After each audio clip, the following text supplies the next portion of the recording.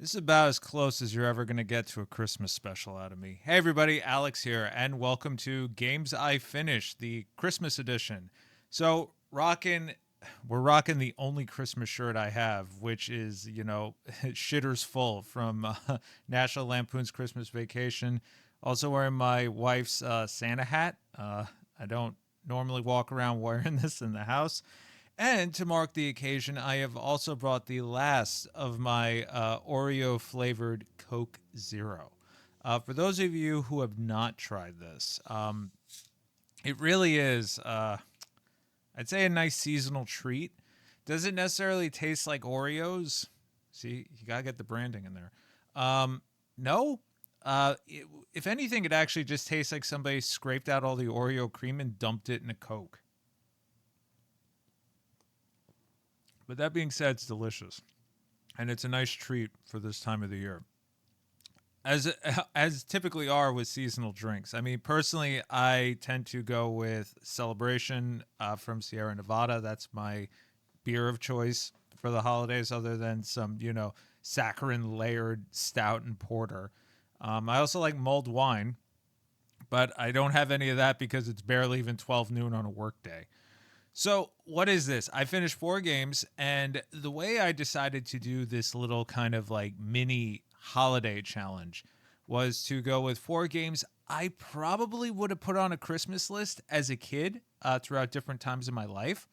So, first off, we're going to go with Disney's Illusion Island, which was released on the Nintendo Switch and came out, I think, earlier this year, if not late last year. Now, as this goes, obviously I did finish this game. It is something I probably would have asked for when I was younger, but I also have a history, like many of you, with the Disney games itself. When I got my Sega Genesis back in the day, my uncle actually got me Castle of Illusion and Land of Illusion together. And I finished Castle of Illusion before I finished Land of Illusion. Castle of Illusion arguably is a lot easier. But what I didn't know as a kid is that Donald Duck is technically hard mode, and out of all the Disney characters, Scrooge McDuck being my favorite as the most superior of all Disney ducks, Donald is my second favorite, and my uncle, his name was also Donald, and Scrooge McDuck was his favorite, believe it or not. And we always used to watch DuckTales and everything together, and it was a Christmas tradition of ours all the way up into my 20s, where Christmas Eve it was like a joke. Like my mom, like I do this with my wife now, where every Christmas Eve we'll sit down and we'll watch Christmas cartoons or Christmas themed stuff, like the Smurfs, which arguably is a lot scarier than it should be. But we always finished with a Disney Christmas Carol because that's what my uncle and I used to do. And he always used to say, it's so funny that they cast Scrooge as Ebenezer Scrooge. And my mom would just like look at him, mind you, with a glass of Chardonnay in her hand and be like, what the fuck are you talking about? But this is a tradition I still do to this day. And anytime, any Christmas, like up until my 20s, he and I always did it together. And even after he passed, um, and I started to do this with my wife. There was one Christmas Eve I was with my parents for dinner, and my dad was trying to get my wife and I, well, at the time she was just my girlfriend, to stick around for like after dinner drinks. My mom's like, no, no, no, no, no, no, no, no. He has an agenda here. You gotta let him go home. He has to go watch his cartoons, and we still do it. And when it comes to the Disney stuff, Disney and Christmas kind of go hand in hand with me. Not necessarily like as much these days because it's very saturated with Star Wars, but ironically, but I think like when with this particular game, I thought back immediately to the Castle of Illusion and Land of Illusion, as well as my personal favorite Disney game, Mickey Mania, on the Sega CD. When this game came out, I will tell, like, all my friends got Mickey Mania, and they all got on the Super Nintendo and the Genesis. I was the only one who got on the Sega CD. And my best friend to this day, I told him, no, dude, like, you have to check out the Sega CD version. And we were at a retro gaming convention several months ago, back in August. I think it was Long Island Retro, actually. And one of the booths actually had a Sega CD copy of Mickey Mania. And I pointed out, I was like, look, there it is. That's the best version. And the guy at the table was like, no, it really is. Like, it has, like, the Red Book audio, it has all this stuff. And his younger brother, who I'm also friends with, and he plays games arguably a lot more than my friend does. Like, he and I talk all the time. A few days later, I get a text, bro, dot, dot, dot. You were right, man. The Sega CD version beats the pants off of every other version of Mickey Mania. The animation, the load times are right, but the animation quality, the sound, everything is so beautiful. And playing Island of Illusion really reminded me of that. I mean, honestly, the animation style is very different than what I grew up with. It's more of like, I would say that, and I'm using this term lightly, so don't take offense to this if you're a huge fan, that kind of like chaotic Invader Zim, like very, as I'm going to borrow some terms from my friend, a lot of stretch and pull, right? Like the characters can stretch, you can also squish them into any proportion you want, and that's ultimately how Mickey, Minnie, Donald, and Goofy are animated now. And they're very, quick draws, but they're also very animated. They're not as detailed, but they're just as elastic. You know what I mean? And that's really what this game is. It's very much like, I would almost say, like a modern day, Disney afternoon, not Nick Arcade. Wow, Nickelodeon cartoon show. Like it's a very modern-ish, clean-looking animation style, and the game is completely, from what I could tell, at least they advertise it almost as hand-drawn animation. But according to my buddy, all this stuff is really done on computers now, even if it is hand drawn, because it is more cost effective and easier to clean up.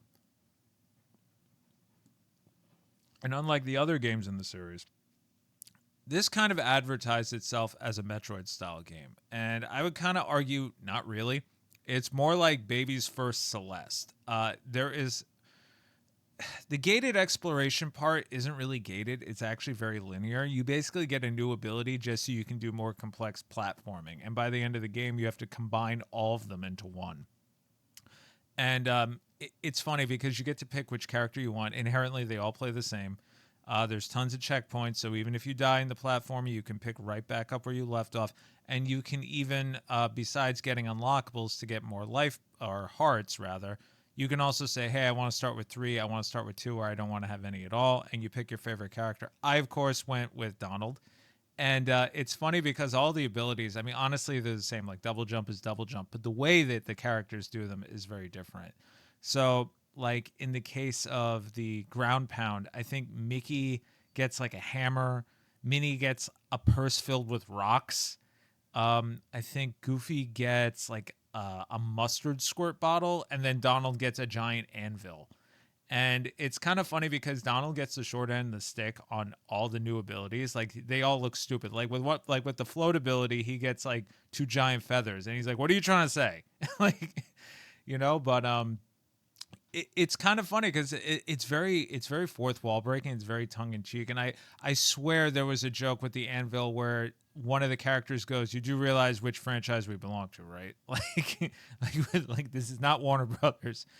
But it's a really fun game, and it's very breezy. The only thing I would take against it is you don't get fast travel until like the very end of the game, and you do have to backtrack a lot. And by backtrack, I mean basically you get MacGuffin A, so now you can go back to MacGuffin B. And really the only gated part is you have to find 4 keys, and the map kind of shows you where they are. There are platforming challenges, which are just as good, but I really would not say this is more of a Metroid style game because it is so easy. There are bosses, and the bosses pretty much are pattern recognition, and basically they teach you further applications of the new platforming tools you get as you play the game. So, the float, the double jump, when you're eventually able to swim, which is basically just a snorkel. There'll be like floating water things and all that sort of stuff. It's so creative and fun. The story plays exactly like a cartoon. And I couldn't help but think back to those old games that I got for Christmas from my uncle with some of our favorite characters at the time. Now, I really, really, really wish they would make another DuckTales game. I don't mean like a remaster from Way Forward. I do have that, and I'll be honest with you, I cried when I played through it because DuckTales was the favorite show of the two of ours, right? But I would kill for that if they did a DuckTales game in this style. I know they can't get Alan Young. I know he's no longer with us, but David Tennant did a really damn good job on that reboot, let me tell you. But I would love to see something along those lines. Now, keeping with the modern House of Mouse, the next game I finished, which I kind of did in tandem with Island of Illusion, was Star Wars Dark Forces Remastered on the Nintendo Switch. Now, I had played Dark Forces before, but on PC. But here's the thing. When Dark Forces came out, Doom was like, everybody was trying to make a Doom game, right? And Doom was the hotness at the time. And LucasArts was firing, all on all cylinders with the X-Wing games, the TIE Fighter games, all that stuff. I never actually got Dark Forces on the PC. I only played it at a friend's house. And I was already a keyboard mouse elitist at the time because when Dark Forces was brought on the PlayStation, I ignored it as cannon fodder and bullshit. Yet that didn't stop my uncle from getting me Rebel Assault 1 on the Sega CD and Rebel Assault 2 on the PS1 later on, even though those are essentially, reaction-based FMV games, to be fair. But Star Wars games and Star Wars as a franchise always showed up at Christmas in one way, shape, or form. When I can't remember which remaster it was because, there's only been so many of the original trilogy when they were re-released on VHS with some of the more enhanced I think it was special effects at the time. They didn't do all the added scenes with Jabba being stepped on by Han and all that stuff. But it was the black VHS tapes. He had gotten me those three. And honestly, as a kid, I always said Return of the Jedi is the best movie. As an adult, we all know it's Empire Strikes Back. But I always watched A New Hope the most. And I really don't know why, because it's not my favorite. But always watching that one, always watching Return of the Jedi. I will admit, as a kid, I did not watch nearly enough of Empire Strikes Back. It's the best. I'm going to say it again. It is the best one. But when I got Shadows of the Empire and your Rebel Assault and your Rogue Squadron games, where you were now able to recreate, reenact, and almost participate in some of these scenes from that film, oh man, Shadows of the Empire arguably is my favorite Star Wars game. Second to The Force Unleashed 1. Because at the time, I think Force Unleashed 1 was really showing, at the time when I played it, what current gen could do. Particularly with this wacky scene with Starkiller, which, if you know, you know. But Shadows of the Empire is actually based on a book with Dash Rendar, who admittedly is way cooler than Han Solo, if you ask me.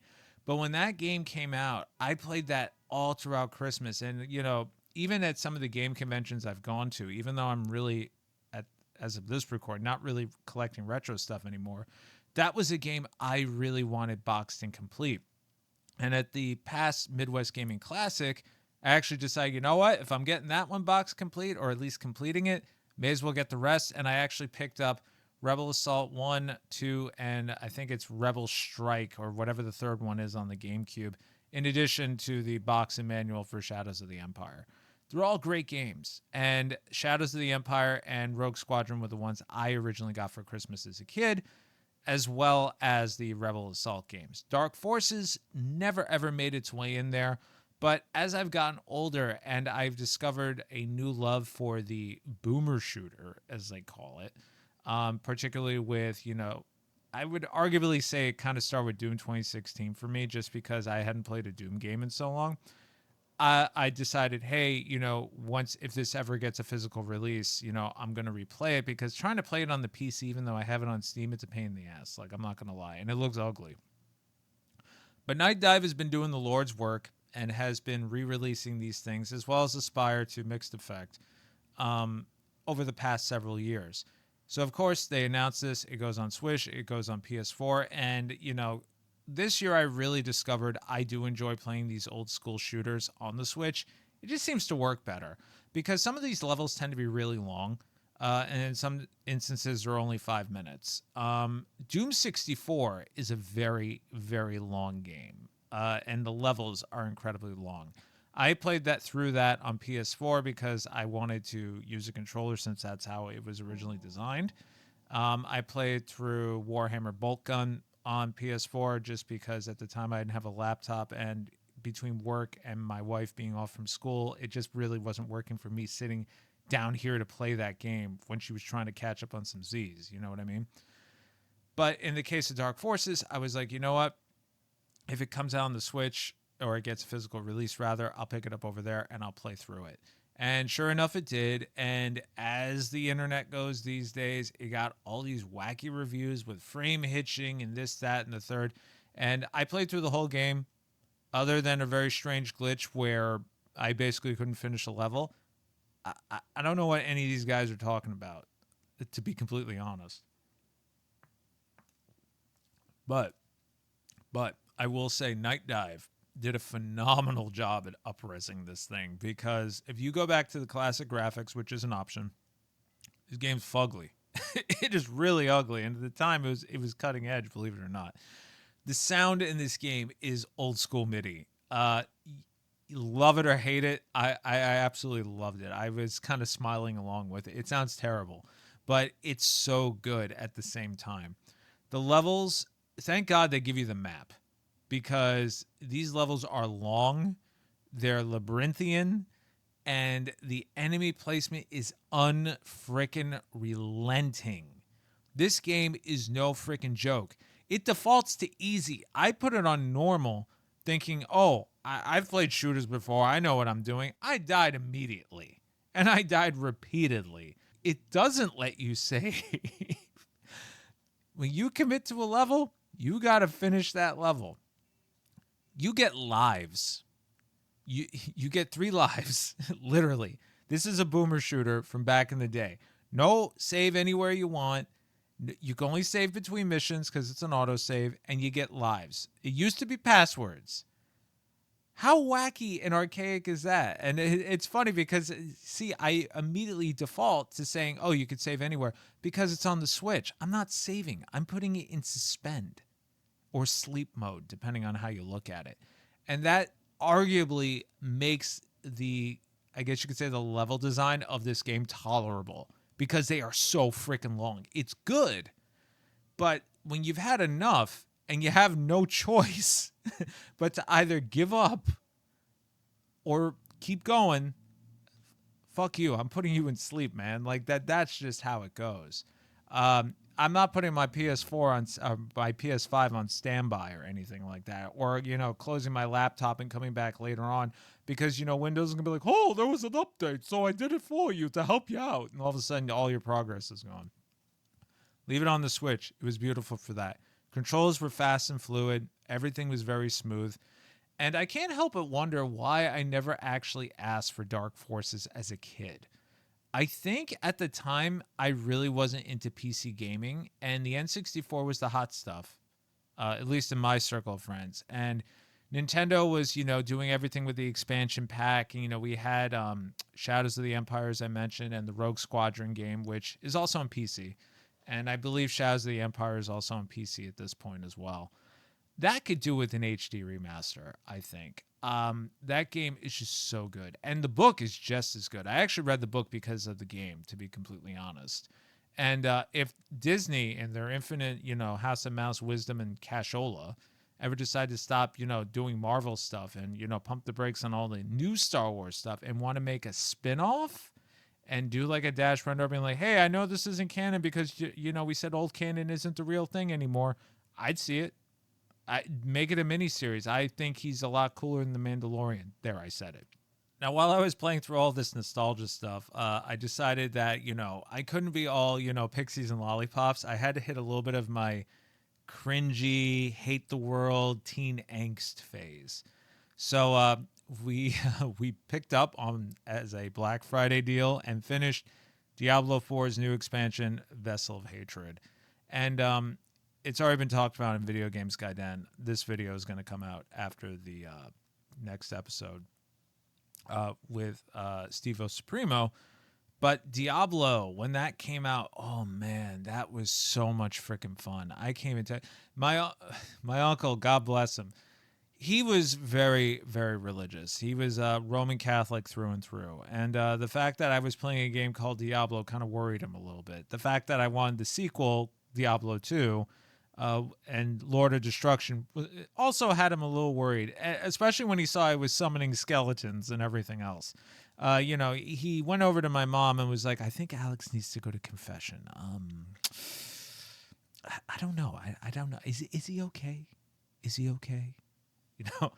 But he realized it was all in good fun because ultimately, I think it was in Diablo 2. I was like, "I'm gonna play a paladin." He was like, "Oh, thank God," But with Vessel of Hatred, I find that Diablo's recent entries, they're fun. I really like them. I don't think they do anything wrong. I don't think they come out content complete, but what does these days?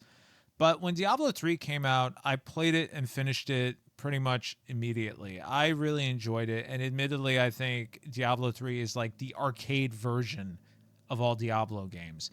Diablo 2, I put the most time into as a kid. Diablo 1, I pretty much just finished it to the end. And I'll be honest, my character, I mean, there was really no options in terms of character creation. You were either a warrior or not. And ultimately, you just hit stuff with sticks anyway.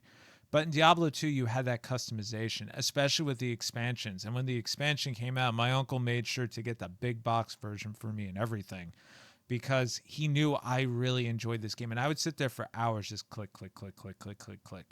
And it's really funny because thinking back on this, it made me remember. I asked my mom years and years ago when she was still with us. I was like, I played a lot of video games. She went, "Hell yeah, you did." I was like, did that ever make you, not worry about my social life or anything? But she said, listen, I had a lot of friends growing up who got into trouble. A lot of kids in your school got into trouble. I knew where you were, and you were safe. Now, when your friends were doing stupid things, and I insisted everybody come and hang out the house, that was so I can make sure you were all safe. I knew exactly what you guys were doing, and I knew exactly what you guys were going to do. And guess what? I grew up in the 60s. Y'all wusses. And I was like, okay. None too shabby. And I don't know why I thought about this. But when it came to Christmas, and it came to me asking for certain things like a Diablo or something that was a little demonic, like a Rob Zombie album, it was really funny because I would write out a list and then my parents and my uncle would split it up. And my uncle, my mom told me later, he's like, he would come up to us and be like, "Do you know that he's into this? Like, like Diablo." He kind of understood at that point. But when I came up asking for Ozzy Osbourne and Rob Zombie CDs, he was kind of like, "Are you aware of this?" And meanwhile, Dragula's blasting from my room, right? But with Diablo, again, going back to it, it's just like he knew I just had so much fun with it. And especially once I got older and I fully understood the fun behind Diablo is the power trip. Like it really is. And the Vessel of Hatred really gives you that power trip. And I do think there is a little bit of that WoW design mechanic in there where once you get into the Vessel of Hatred, you have all your gear. Your character could be, maxed out from the base game or from the latest season or something like that. Vessel of Hatred does exactly what WoW does and says, "Hey, guess what? New expansion, all your shit means nothing now. And you got to rebuild from ground zero all the way back up." And sure enough, like by the end of it, my character was at least 10 times more powerful than she was to go. And for the record, I always play a sorceress. And when I play a sorceress, it's Alsandra. And when I play a dude, it's Alcender. It works out that way. And if it's a silly character, it's known as Fat Beats with a Z and a PH. But really fun game. And I think just like the expansion for Diablo 3, this is really where the game comes into its own. Because a lot of the kinks are worked out. There's been some balancing changes, for better or for worse. But where I do think this game kind of makes it a bit too easy is that, and maybe it's just because there was some comeback, play the damn game promotion at the time. It lets you respec everything, and it also gives you a bunch of gear, so you really don't need to upgrade anything, which is kind of dumb. Part of the appeal to these things is to get bigger and better gear. So let me get bigger and better gear on my own terms, right? The story it's better, but ultimately it's an action RPG about hacking and beating the forces of hell. It's like, how deep can you go? But I do think there setting something up for another expansion. They have to, because the new class, as cool as it looks, I'm sorry, I don't like pet classes. I don't like these augmenty things. I like to either be a glass cannon, or I like to shoot stuff with a bow, or get, pokey things with daggers. Like, that's typically how I like to play. Or if there's a berserker warrior thing with dual axes and stuff, and I can pretty much just do something like that, or something where it's like a, not like a Dark Knight, but like a Guts from Berserk, just a giant obnoxious sword or something like that. But like pets, necromancy, and all that stuff, like, I liked it as a kid during my dark cringy phase, wearing UFO pants and everything, and Genki and Jinko jeans. But now, not so much. I prefer to be a little bit more reserved, a little bit more elegant in the way I play my action RPGs. And this game plays, it feels great. The side quests are great. The storyline, again, it's good, but there's a lot of filler quests in there. But I do think that's mainly just to introduce different mechanics to you, because now you get the mercenary system again, basically like a companion. You get some different abilities, you get different Paragon stuff. There's some new side quests in there. There's, the usual Diablo East stuff in there. It's really fun. I got it on a Black Friday sale. I do not regret it. Originally, I was going to pick it up day one. Something told me not to. And sure enough, there was a bunch of server issues right from the get-go. And Diablo is in a weird stage, because when Diablo 2 came out, it was like lightning in a bottle, right? And it's been on a pedestal ever since. And I do remember, actually, now that I think about it, my uncle did get me those unofficial Diablo levels on PC back in the day, too. I think it was my birthday, or maybe it was an Easter gift. He did get me stuff for Easter from time to time, purely because it was a sale. I think it had nothing to do with Easter whatsoever, because getting a Diablo game on Easter is a little strange. But I do remember going through all those. Same thing with the Duke Nukem levels and all that stuff. Just, I don't know. Like, I feel like at the time where PC gaming was, it was just so cool to see stuff like that, because nobody else had done it. Now when it comes out, everybody compares it. But when I went back and played Diablo 2 Remaster recently, I got it on the Switch, and just to monkey around with, because I like to goof off with it from time to time. That game is really hardcore, and I don't mean that in a good way. It is freaking rough by comparison. So as much as some people harp on Diablo 4 and the lack of creativity, listen, the production values are just as good. And honestly, I think it's the most realized version. And the final game I want to talk about today is Kirby Nightmare in Dreamland. And I'm just going to come out and say it. I've played three stinker Kirby games in my time. Kirby 64, Kirby Dreamland 3, and now Nightmare in Dreamland. I do not think the Thanksgiving burn on my hand has much to do with it, because I was able to play through it perfectly on the Analog Pocket. But this game is the most obnoxious piece of shit I have played in recent memory. Kirby is such a beautiful franchise and a favorite character of mine, and he has been ever since his debut. I got the original Kirby's Adventure in Dreamland on the Game Boy for Christmas back when we lived in Long Island with my grandparents for a time, because and I don't think I've mentioned this in a video ever before, my father used to work in hospitality himself, and he was like, one of the upper echelon dudes. So there was a massive restructuring, and he was let go. One of the perks of his job, being on call as he was that we actually lived in the hotel. So when he was let go, guess what? We had nowhere to go. My mom was still working, but it was on such short notice. Like, we had no choice. Like, it was like, what do we do? What do we do? And my grandparents were like, oh, you can come, shack up with us until you get everything situated. And my parents had owned a condo in the city at the time, and they had a tenant in it. So the idea was, hey, the lease is going to run out in 2 or 3 months. As soon as it runs out, we just won't renew it. They'll get a new spot, and we'll move in there, and that'll be the end of it. And that was the plan. Unfortunately, the tenant, her husband, passed away during this time. And my parents were like, oh, no. Like she has to get her life in order. She has to get situated. She's going to be mourning. So this got prolonged for better part of a year, I think, I'd say, because we were with my grandparents for about a year.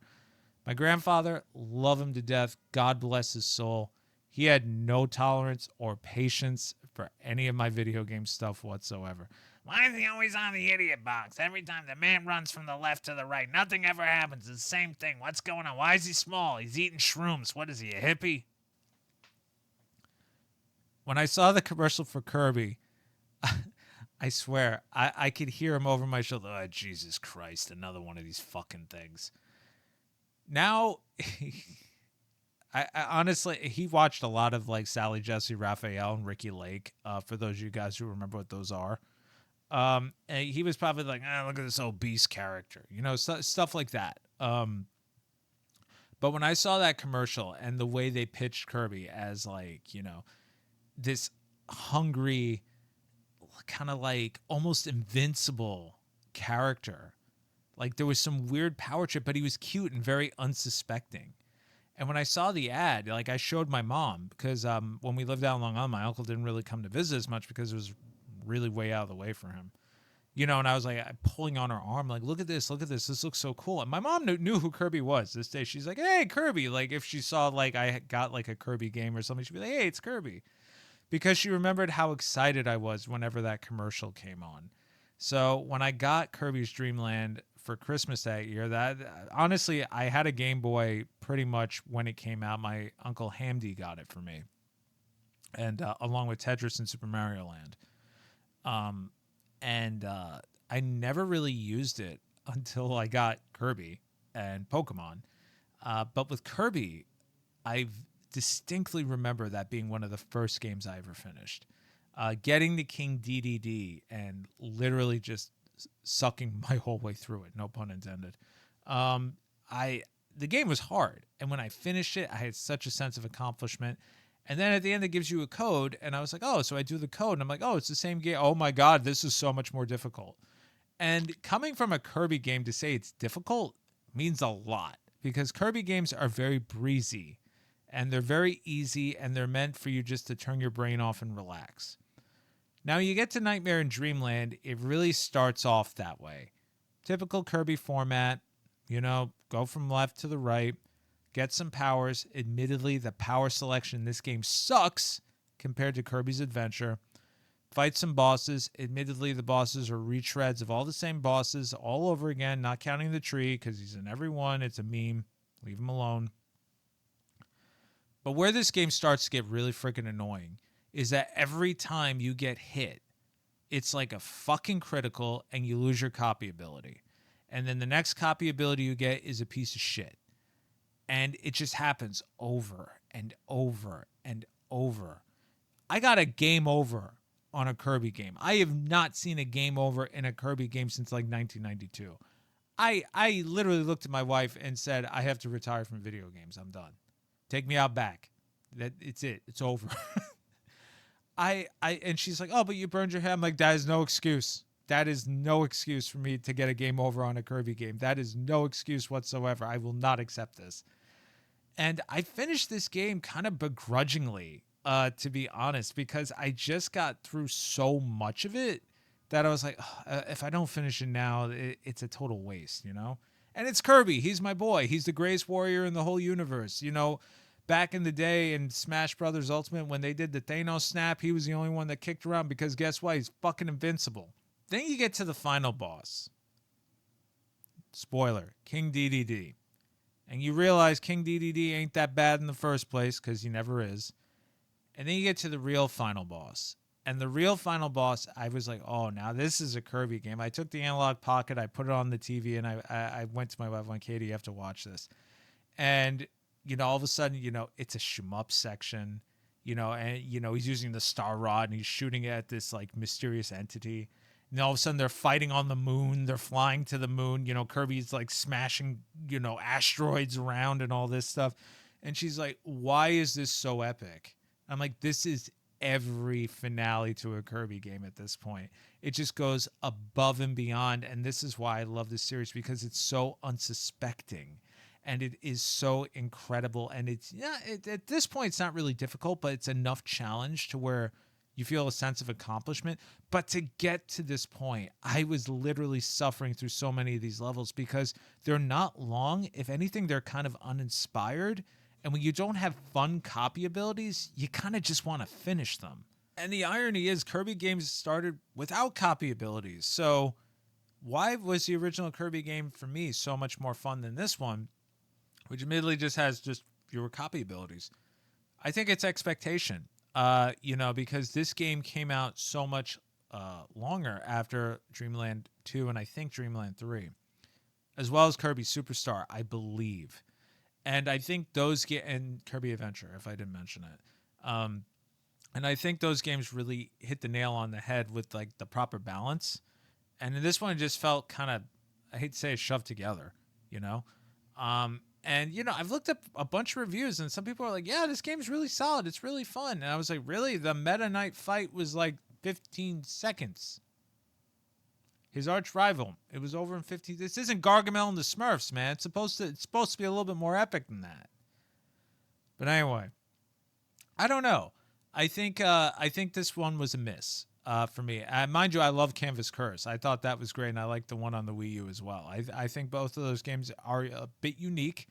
But I don't know. Maybe it's the quote unquote Dreamland stuff, the original ones, where I just seem to have some technical difficulties. Because Return to Dreamland I thought was great, and I do have to replay that. Come to think of it, what are some games that you guys have been playing that kind of remind you of the Christmas season, or just bring back memories of that time being a kid? Around this time of year. I mean, I'm kind of spreading it a little thin here, right? Because some of these games like Diablo, I don't necessarily think I got as a Christmas gift, but it is something I definitely would have asked for as a Christmas gift. And in the case of Kirby, I actually did get a Kirby game for Christmas and all that stuff. But let me know. This may or may not be the last video before the end of the year, not counting Game of the Month of the year. So once again, happy holidays, and I wish you all the best. Take care.